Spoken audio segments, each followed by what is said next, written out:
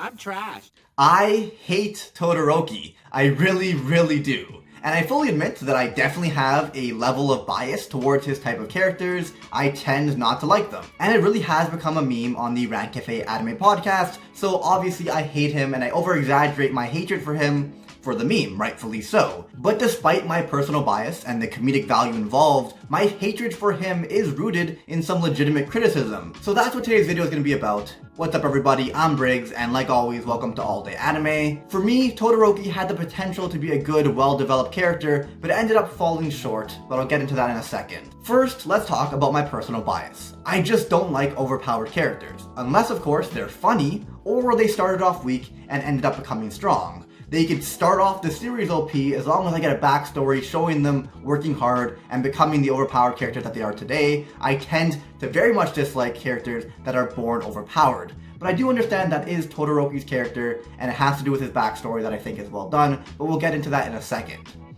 A good example of, I guess, overpowered characters that I like is Saitama, who is hilarious, and even Saitama, who is this parody character, we were still given this backstory of him starting off weak and then somehow becoming strong, right?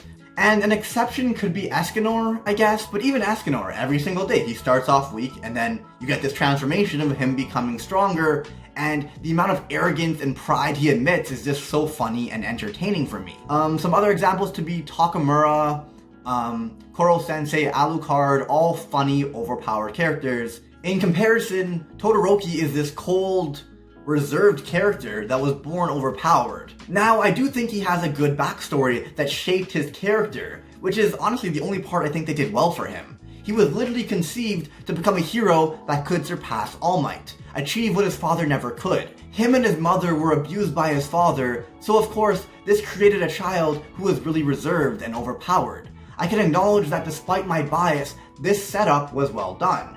My problem is how he dealt with it, his lack of growth, and how stupidly overpowered he was.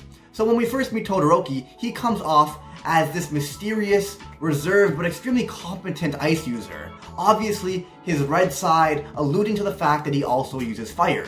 But then we end up finding out that he's purposely not using his fire side, partly because it reminds him of his horrible father, but also to spite his father in a way. Kinda saying, I could do this without you, but still weirdly working towards the goal his father wants him to achieve. You're really showing him. I understand that he's a flawed character and he's supposed to be flawed, but to me, this came off so immature and a very half-assed way of dealing with your issues. It literally accomplishes nothing, it's self-destructive, and it just seems like a little bitch throwing a temper tantrum. But what annoyed me the most was, despite not using half of his power, or more than half of his power technically, he was still one of the strongest characters in Class 1A. Definitely top 3 when we get to the tournament. I think it was called the UA Festival. For someone like me who doesn't like OP characters, this annoyed me to no end, because this was an opportunity for them to nerf Todoroki, make him a weaker character, make him have to work hard and use strategies to overcome the fact that he's not using half of his power. And he didn't have to do that forever. Eventually, he does end up using his fire side, but in the meantime, they could have made him much, much weaker. But he's still this overpowered prodigy that was just slapping the rest of his class, using less than half his power and barely trying. These other heroes all work hard, but because they are born with a weaker quirk, Todoroki, the prodigy, is still better with less than half of his power, and this just absolutely annoyed me. But on a more positive note, I do think that Deku pulling Todoroki out of his dark place and convincing him to use his fire side, not for his father, but for himself as an individual, and chase his own dreams and be his own person, and not let his past and the horrible things his father did prevent him from living up to his full potential, right? Basically saying be your own person, live for yourself. And I like the fact that it was a bit of a struggle. It just didn't happen instantly. In his fight against Deku, he was able to use his fire side. But then in the finals against Bakugo, he still wasn't sure, and when it came down to it, didn't use his fire side because he was struggling with this idea. And it was a slow process. So I think that was well done. And eventually he does end up standing up to his father and using his fire side. And you would think that through this development, he would kind of change as a person. Maybe he would become less cold, less reserved, a little bit more outgoing. But to me, his personality just stayed the same. All he ended up doing was start using his fire side, and I think that's something that definitely fell short for his character. And what's even more sad is once he does start using his fire side, he becomes irrelevant to the story. So I don't think he's a terrible character, but I definitely hate his guts, and I think he could have been an amazing character if he had been less overpowered, if he had changed as a person personality-wise, and if he didn't become irrelevant to the story directly after achieving some amount of development. So a lot of the time I would make fun of him on Rat Cafe and go a little bit overboard for the meme, rightfully so, like I said, and I would get comments along the lines, Briggo just can't relate to Todoroki. Sometimes when I made fun of Todoroki on Rat Cafe, calling him a little bitch boy, I obviously over-exaggerated for like the comedic value, for the meme, rightfully so. Like I said, just to be entertaining, that's the whole point of a podcast. You don't necessarily have to be right. You just have to be funny and entertaining, right? And a lot of people commented saying, well, Briggs just can't relate to Todoroki because he had such a great childhood. And I do think that's true in the sense I had a good childhood. I had good parents that didn't abuse me or anything like that, so I can't relate to that aspect. But I also can't relate to the fact that he's an overpowered prodigy. I am not naturally good at things. I'm not good at YouTube. I have a speech impediment, for fuck's sake. I wasn't really naturally talented in school. And even when it comes to like working out, being known as the Chad that I am, I'm an ectomorph. It is very difficult for me to put on fat and muscle. I'm naturally dispositioned to have a very skinny body type, which is why I was sticks and bones. I was literally very, very skinny when I was growing up because that's my body type.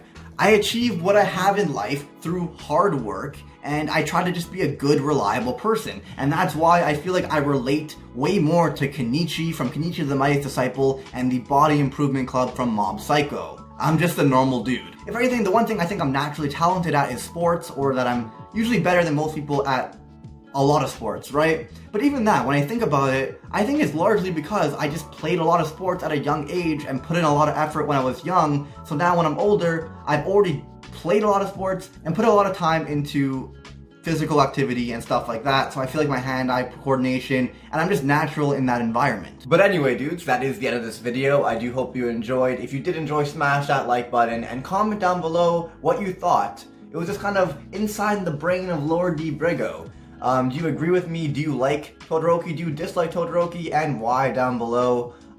Anyway, we're gonna jump into a Briggs Q, but before we jump into it, I just wanna let you guys know that I did write my last exam on Monday. So I'm officially done school and going full-time with YouTube. I am very excited. And on that note, I wanna give a huge thank you to all my patrons who are supporting me. I think that's gonna be one of the largest factors on whether or not I'm able to pull this off. So thank you so much to all my patrons. I'm gonna give you a huge thank you individually at the end of this video. But for now, let's do a Briggs Q. I tweeted out, like, hit me up with some questions for the end of this video, and I said I would leave the questions open for 45 minutes, but like 80 people answered, so I just picked 20, and we're gonna have to spread them out over a couple of videos. Comment down below with hashtag BriggsQ, and it might be in an upcoming video if I really like the comment. And when I run out of these Twitter ones, I'll definitely get to the comments on YouTube. But anyway, the first question by Dakota. Who would you ship Todoroki with? Probably Bakugo, so they could both be dead together. Contrary, favorite Food Wars character? Yorichiro, Yukihira. Or basic bitch answer, I like Soma a lot. Megumi developed a crazy amount. Erina, love her. Honestly, Food Wars is just top tier. But yeah, I guess Soma's dad's my main choice. What is your opinion on Zuko from Avatar: The Last Airbender? Just curious, since Zuko and Todoroki are pretty similar. I think Zuko is just a better version of Todoroki. All the flaws that I was upset with don't really apply to Zuko. He's not as overpowered, he's still powerful. He changes and develops, he trains to get stronger, and when he does change, he changes personality-wise. He warms up to people like Aang and these other people. He forgives his father or gets over his past. He develops in all areas of life, and I think he's a way more well-rounded character. How can I get into One Piece? Not a fan. My biggest tip to anyone trying to get into One Piece, considering the length, is always to read the manga. The manga looks better, it's better paced, you could read it a lot faster than you could watch it, so it's the best way to catch up to a 950 plus chapter adaptation, or series or story. So I'd say go with that. Yeah, that's my answer. Who has better thighs, Deku or Bakugo? Why am I even thinking about this? Now for some more serious, who has better thighs, you or Nuxtaku? Probably Nuxy boy. I do tend to skip leg day sometimes.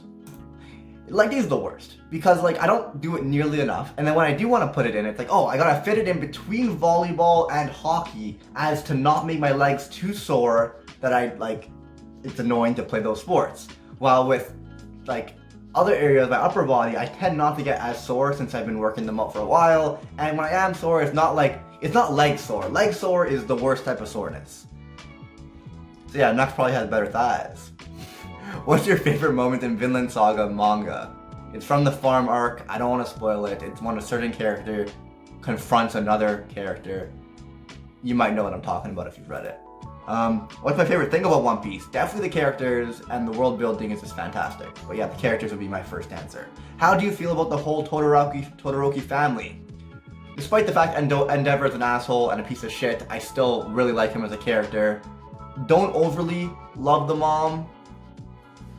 But I also do feel bad for her. Which would you get rid of? Dragon Ball, Naruto, One Piece, or Bleach? Probably Bleach, just because, so Naruto and One Piece would be my favorite out of these four, and then Dragon Ball and Bleach are pretty close for me. I would say I would keep Dragon Ball just because Dragon Ball is what got me into anime, and Dragon Ball influenced the rest of these anime, and so many anime to come. So I would say I would keep Dragon Ball, Naruto, and One Piece, and kick out Bleach. The Soul Society arc in Bleach is fantastic, but it does go downhill, and I don't love Bleach in any way. Yeah, words. Best written character in the Seven Deadly Sins? Definitely Meliodas. He's not my favorite character. I prefer Bon and Escanor, but Meliodas is definitely the best written character. He's such a fantastic character. Honestly, I should make a video about him. What would you rate Demon Slayer out of 10? Probably a good old 8. Would Todoroki be a better protagonist? He'd be a better character if he was a protagonist, because he would have more time to fully develop and flesh out. Like I said, he finally starts developing and then he becomes relevant to the story, and I feel like as a protagonist, you would want your protagonist to be a little bit more outgoing and warm-hearted, unlike the way Todoroki is. I feel like they would have more incentive to make him change as a person and not just physically and emotionally and internally, and kind of express that change externally. Do I think he would be good for the story of My Hero Academia? Not really. So probably not. But also yes, because if he was the protagonist, the story would obviously have to be very different. Is there anything you like about Todoroki? There's a few things I mentioned that I like about Todoroki in this video. I liked the fact that Deku pulled him out of his struggle, but I guess that's not what I like about Todoroki. I liked his backstory. And maybe just because I hate him that I like his backstory. Serves him right for being trash. I'm just playing. Ghostly Bacon 7. Do you still have the same opinion about Saitama versus Goku? I do. I understand if there's a debate and you can only go off the evidence given, Goku's gonna win. My whole point is why even fucking debate if we don't even know what Saitama can and cannot do. If you've been watching me at the gym for the last month and you see me benching 135 to 165 and this other dude comes in and starts slamming 185, if you just go off what you've seen, he's stronger than me. But what you don't know is I'm changing my training regimen and prioritizing form, repetitions, and doing way more sets, so I'm doing it at a lower weight. You don't know that I could actually bench over 205 or over 200. Just a little flex on you guys there. But you don't know that because I never showed you my full potential. We have not seen what Saitama can and cannot do because he's never fought someone that pushes him to his limit. In the same example with bench pressing, you'd have to test people on their 1 rep max to see who's stronger, not just go off of kind of what they could do. With Goku, you could kind of see what he could do because in every fight, he's pushed to his limits and is barely able to win. While with Saitama, he is just so far ahead of all of his competition that you don't really get a glimpse of what he can and cannot do. But whatever, I've already made so many videos on this bullshit. The Taser, why is Boa Hancock best waifu? She is best waifu because she looks down on you so hard that she's looking up. Xeno Wars, out of all the gems that came out this year, what do you think is 2019's best? Vinland Saga, without a doubt. Demon Slayer, close second. As controversial as this video is, we can at least all agree Todoroki is better than Deku, right? Barely. Thank you, Nux, for your comment. What is my ultimate form? Well, if you guys watch me on Twitch, which I might be Twitch streaming right now, probably right now while you're watching this video, if you're watching it in the first day it comes out. Whenever I'm unable to defeat a boss, because I'm playing Sekiro and I played a bunch of Dark Souls, and I would put on a tank top and slap it easy one try. But I always joke that it's not even my final form, so maybe you have to come watch the stream and one day you'll find out my final form. Yeah. I can't give that away, that's spoilers.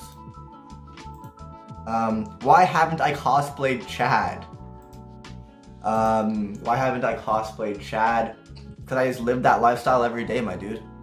When you dress up as something, you want to dress up as something that you're not. But anyway, guys, that is the end of the video. I do hope you enjoyed. A quick thank you to all my patrons. I want to thank my $1 tier, Starry Nick, Beck, A17 FFDP, The Anime Dude, Siren, Elf Queen Mab, Naze Mazer, Sebastian, I Cry During Sex, Rattle Lewis, Igloo 4, and a thank you to my $2 tier, The Magikarp Guy. A thank you to my $5 tier, Mick Manga, Nothing But a Fan, King Osloth, Moggy, and Maggie, my bad.